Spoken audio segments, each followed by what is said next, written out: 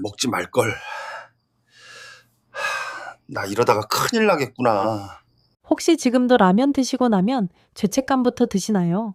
스프 다 넣고 국물까지 싹 비우고 그러고 나면 아, 오늘 또 몸에 안 좋은 거 먹었네 하시는 분들 정말 많으시죠. 죄송하지만 지금처럼 드시다가는 정말 큰일 날 수 있습니다.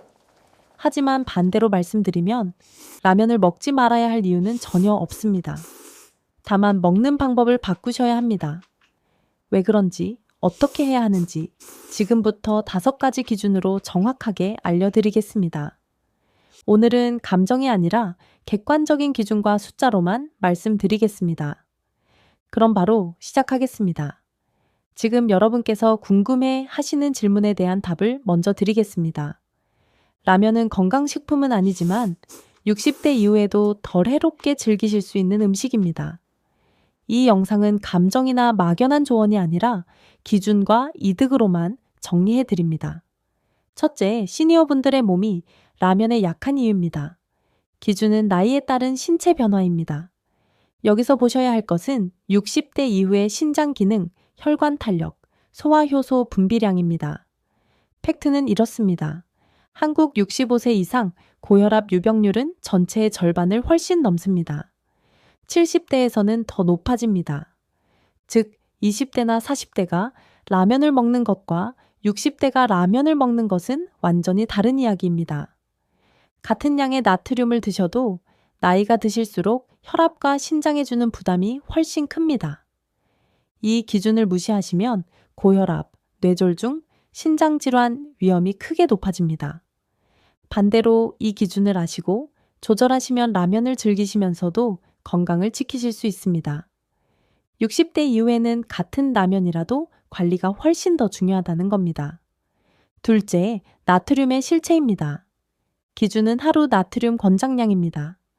여기서 보셔야 할 것은 2000mg, WHO가 권장하는 하루 나트륨 섭취량입니다. 팩트는 이렇습니다. 일반 봉지라면 한 그릇의 나트륨은 1500에서 1700mg 수준입니다.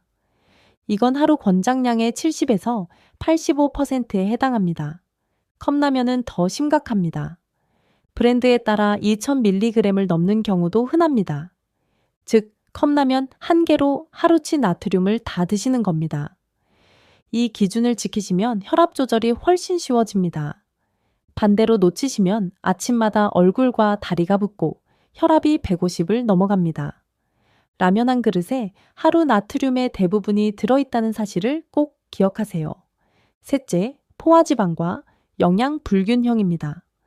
여기서 보셔야 할 것은 라면 한 그릇에 들어있는 포화지방과 단백질, 섬유질의 비율입니다. 팩트는 이렇습니다. 라면 한 그릇의 포화지방은 하루 권장량의 절반 가까이 됩니다. 그런데 단백질, 식이섬유, 비타민, 미네랄은 턱없이 부족합니다. 즉, 라면만 드시면 고칼로리의 저영양 패턴이 되는 겁니다. 이건 근육과 뼈와 혈관에 필요한 영양소는 안 들어오고 살과 혈관 부담만 늘어나는 구조입니다.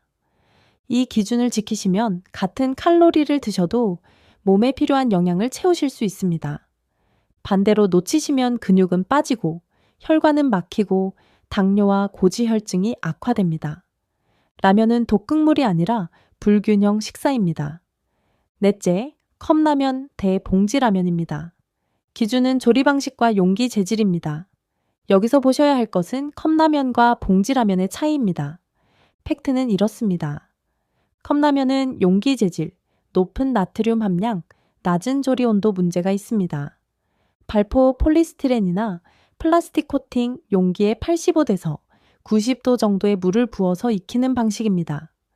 반면 봉지라면은 냄비에서 100도로 충분히 끓이실 수 있고 물과 스프 양을 조절하기 쉽고 채소와 단백질을 함께 넣기 쉽습니다. 즉, 컵라면은 편리하지만 60대 이후에는 최대한 피하시는 게 좋고 봉지라면은 조건부로 허용된다는 게 전문가들 의견입니다.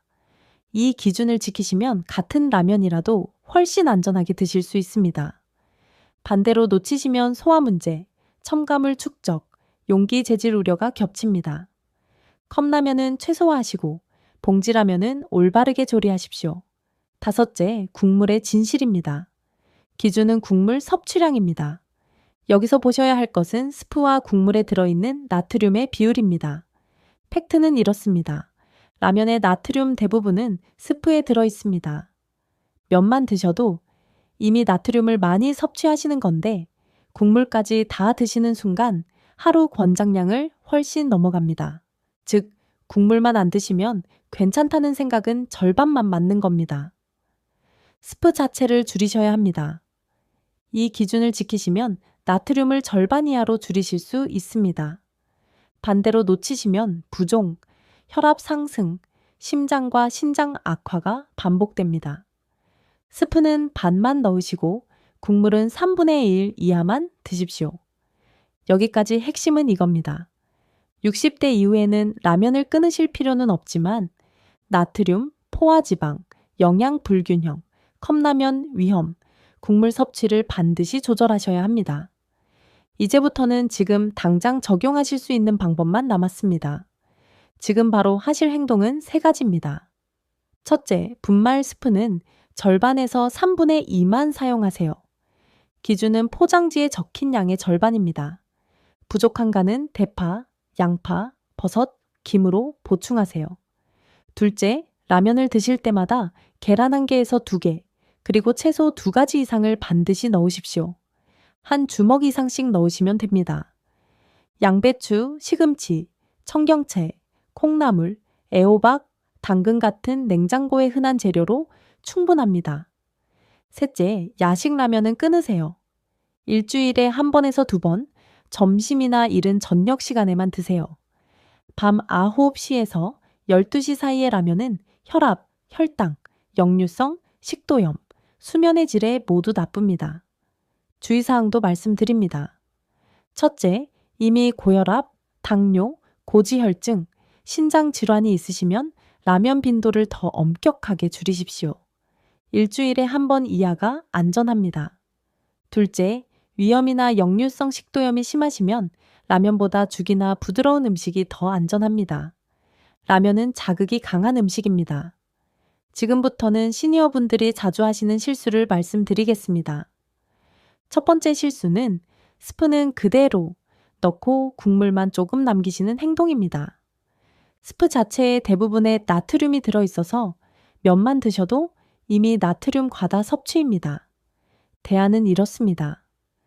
스프는 처음부터 절반에서 3분의 2만 넣으시고 부족한 맛은 파, 양파, 버섯, 김 같은 자연 재료로 보충하십시오. 두 번째 실수는 겉면이나 저지방 라면은 건강하다고 믿고 국물까지 다 드시는 행동입니다. 튀김이 아니라고 해도 나트륨과 칼로리는 여전히 높은 경우가 많습니다. 대안은 이렇습니다. 제품 포장 뒷면에서 나트륨과 열량을 확인하시고 겉면이라도 국물은 남기시는 습관을 유지하십시오. 세 번째 실수는 라면에 밥까지 말아 드시는 행동입니다. 탄수화물과 나트륨이 폭발적으로 늘어나서 혈당과 혈압에 모두 부담이 됩니다. 대안은 이렇습니다. 밥은 빼시고 라면 양을 줄이십시오.